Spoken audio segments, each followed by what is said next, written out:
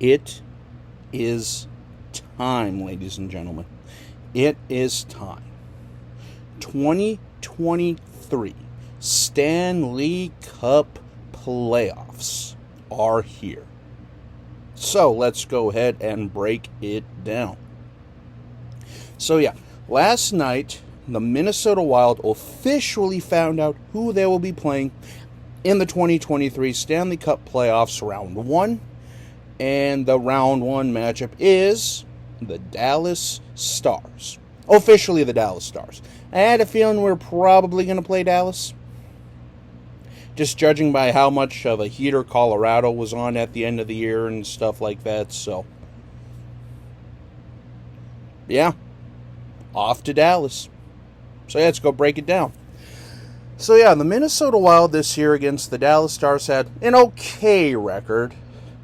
And, there's a couple games there where we won in a shootout.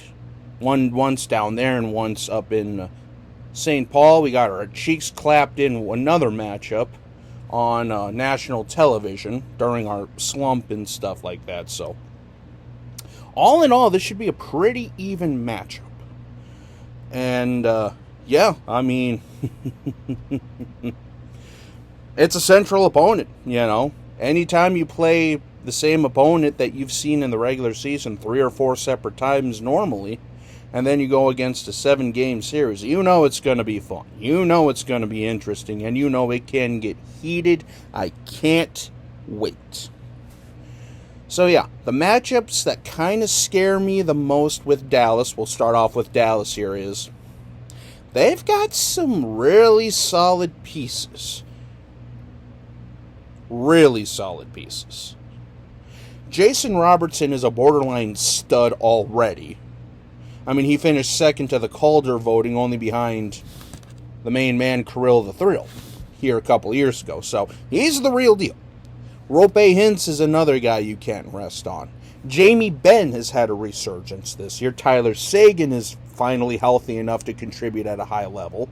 Joe Pavelski, the ageless wonder, somehow still manages to find the back of the net, even without maybe, being in his prime like he was about 10 years ago or something like that. But he still finds a way to get the puck in the back of the net. Jake Ottinger is literally, one of the top 5 goaltenders in the entire league. But the only concern I have there, kind of leaning into the concerns there, is how much did they ride him into the ground? How ready is he going to be? And how much wear and tear does he have on that body? Because, like I say, boys, regular season is one thing. The playoffs, on the other hand, are a completely different beast. Anyone can tell you that. Penalties get called less. Rough stuff is a little bit more. The tumultuous tenacity, the grit, the grind, teams that really don't like each other by the end of the series. So you got to have some solid depth. You've got to have some proven depth. You got to be afraid, or you can't be afraid to get your hands dirty. Anyone, from top to bottom, has to be ready to go here. And like I say, with the guys that I mentioned there, Ben, Pavelski, Robertson, Seguin, those guys alone right there are enough to cause problems. In more than one sense of the word. So what does that mean for the Wild? Whoever starts game 1, Fleury or Gustafsson, if I had to bet, I'm probably going to say Fleury starts game 1, Gus will be game 2. And honestly, I could even see it being Gus game 1 and Fleury game 2. But again, we'll just kind of wait and see there on Monday. And so basically whoever's in the net is going to have to be ready. And also, too, Kirill has to step up again. Zuccarello has to step up. Hartman has been stepping up, but he's going to have to continue to step up. That whole top line is going to have to be money. Boldy's going to have to step up. Freddie Gaudreau is going to have to step up. Oh, and by the way, congratulations to Sir Frederick Gaudreau on your 5-year, $10.5 million extension with the Minnesota Wild. And again, Billy Guerin does it again. Solid center who's probably going to have to be one of our top guys now until Eck gets back, which sounds like Eck should be back within the first few games or so. And then also Sundqvist will probably be back too. So if we can get our full complement of guys back, that'll be huge. And then also, like I say, Revo, Moose. I mean, those guys are going to have to step up too. And I'm not just talking about swinging your body around and being a physical force. Obviously, that's a given. That's just how they play. But if you can get a few greasy goals in the back of the net, that is how you win series. Not with your top guys. Well, obviously with your top guys as well, but not just with your top guys, I should say. The depth. Depth is going to be huge because guess who they're going to try to stop.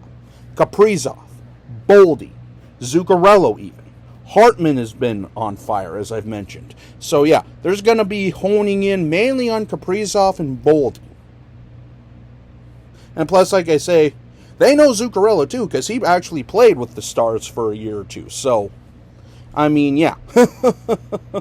So, there's going to have to be a lot of guys that step up here.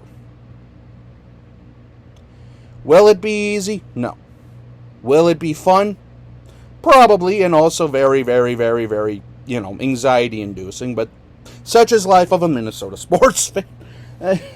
My teams can never be freaking like normal, can they?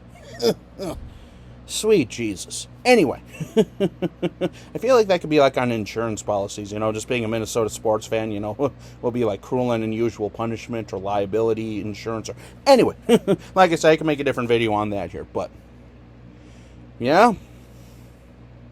Now, will they say the Wild will win this series?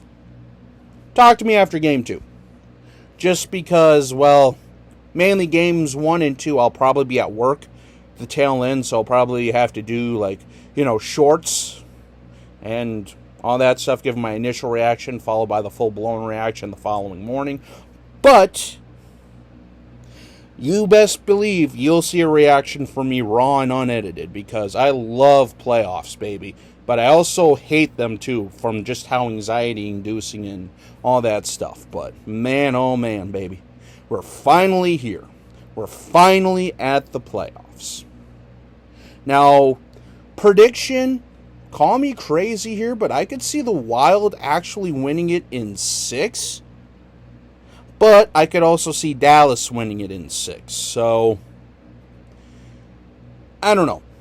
I'm just going to pick on the side of caution here, and as much as I hate to say it's probably going to be Dallas in 6, but don't be surprised if the Wild can pull this off. We have enough talent. We have enough depth. And for the love of God, Evison, don't be afraid to switch it up. That's what cost us last year in St. Louis.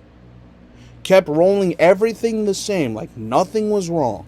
Rode Fleury into the ground even after he was getting peppered. Don't be afraid to switch up lines. Don't be afraid to switch orders of lines. Don't be afraid to, move pieces around. Don't be afraid to pull the goaltender after 1 period or 2 periods. You know what I mean? Don't be afraid to coach.